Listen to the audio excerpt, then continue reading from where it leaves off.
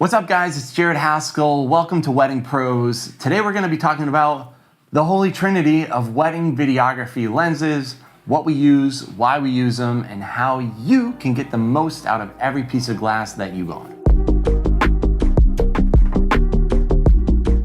Okay, so before we really get started and dive into these specific lenses, I thought it'd be helpful to talk a little bit about overall approach and when you are deciding on the kind of lenses that you want to use on a wedding day, really what is important to you. I know plenty of wedding videographers that like to stick to lenses primarily, just to give themselves a good focal range, but also get that nice and creamy depth of field. They can shoot at 1.2 if they wanted to. Some videographers, that's a part of their product.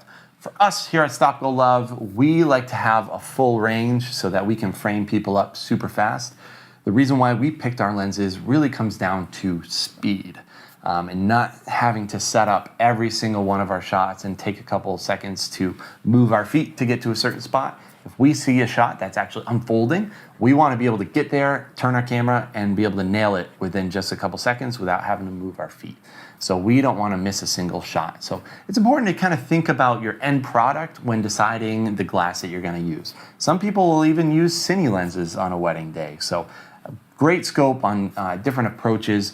It's important for you to figure that out early on because lenses is, although it's a great investment because lens prices really don't go up and down as much as camera bodies, it's still important. It's still a big investment. You're going to be spending a lot of money and you want to pick the right glass that's right for you and your product. So let's dive right in. The first lens I'm going to talk about is the 24-70 2.8 Mark II.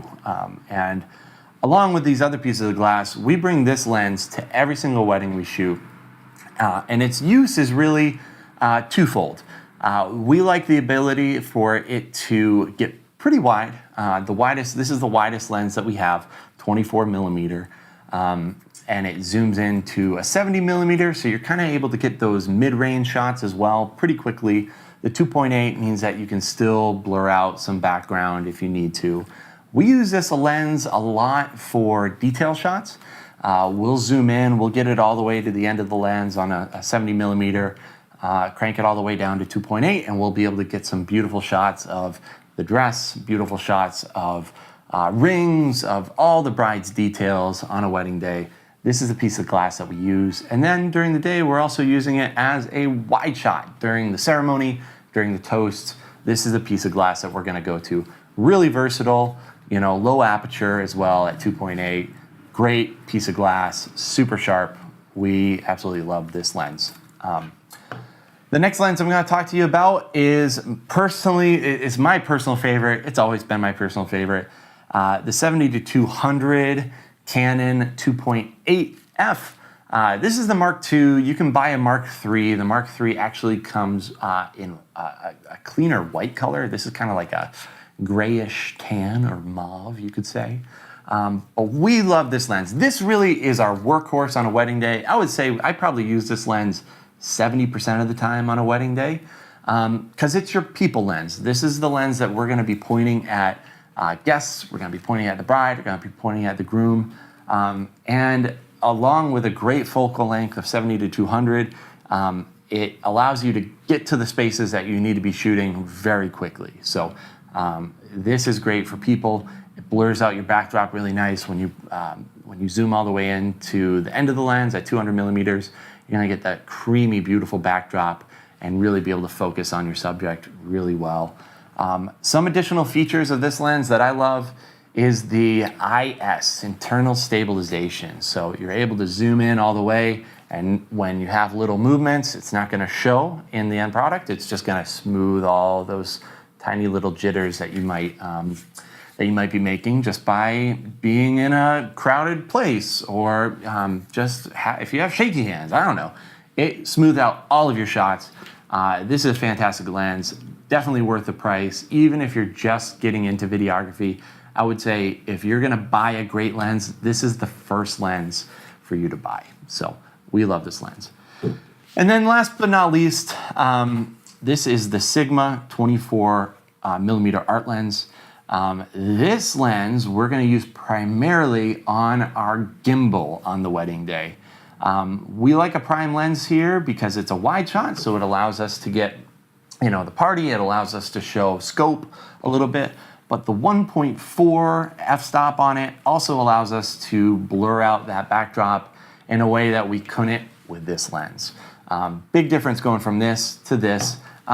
This is also a tad bit lighter, so just being on the gimbal, we don't want to overbear our cameras at the end of the day, although this would work perfectly fine. We like to use this lens for a variety of gimbal moves. So whether it's follows, whether it's spinning around on the dance floor, this is going to be a fantastic lens, and it's actually a great lens for the price. If you were to get a 24mm prime on the Canon side, the same aperture of 1.4, you're probably going to look at spending, I think it's about $300, maybe a little bit more, $500 more for the same exact piece of glass. This is pinpoint sharp, so we absolutely love this lens. Definitely, if you're interested and haven't used an art lens before, check it out. I can vouch for it 1000%. Fantastic piece of glass, fantastic company. Sigma has really come a long way in the last 5 years or so.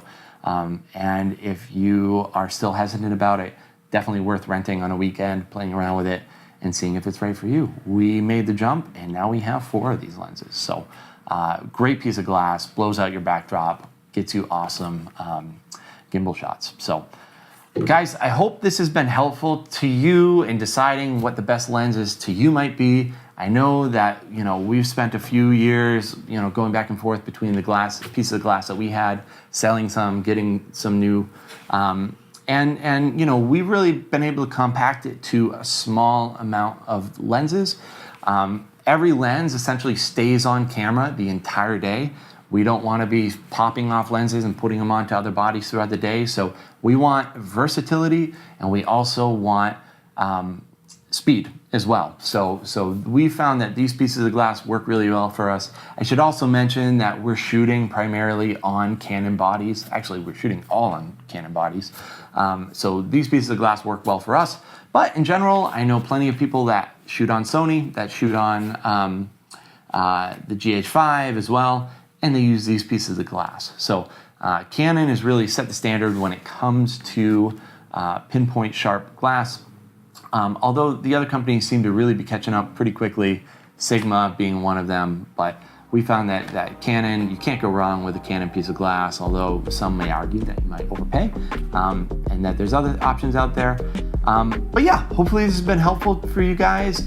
Make sure to check us out on Instagram and on our website, weddingpros.academy, and on Instagram at weddingpros. There's gonna be a ton of new videos every single week, and we'll see you on the next video.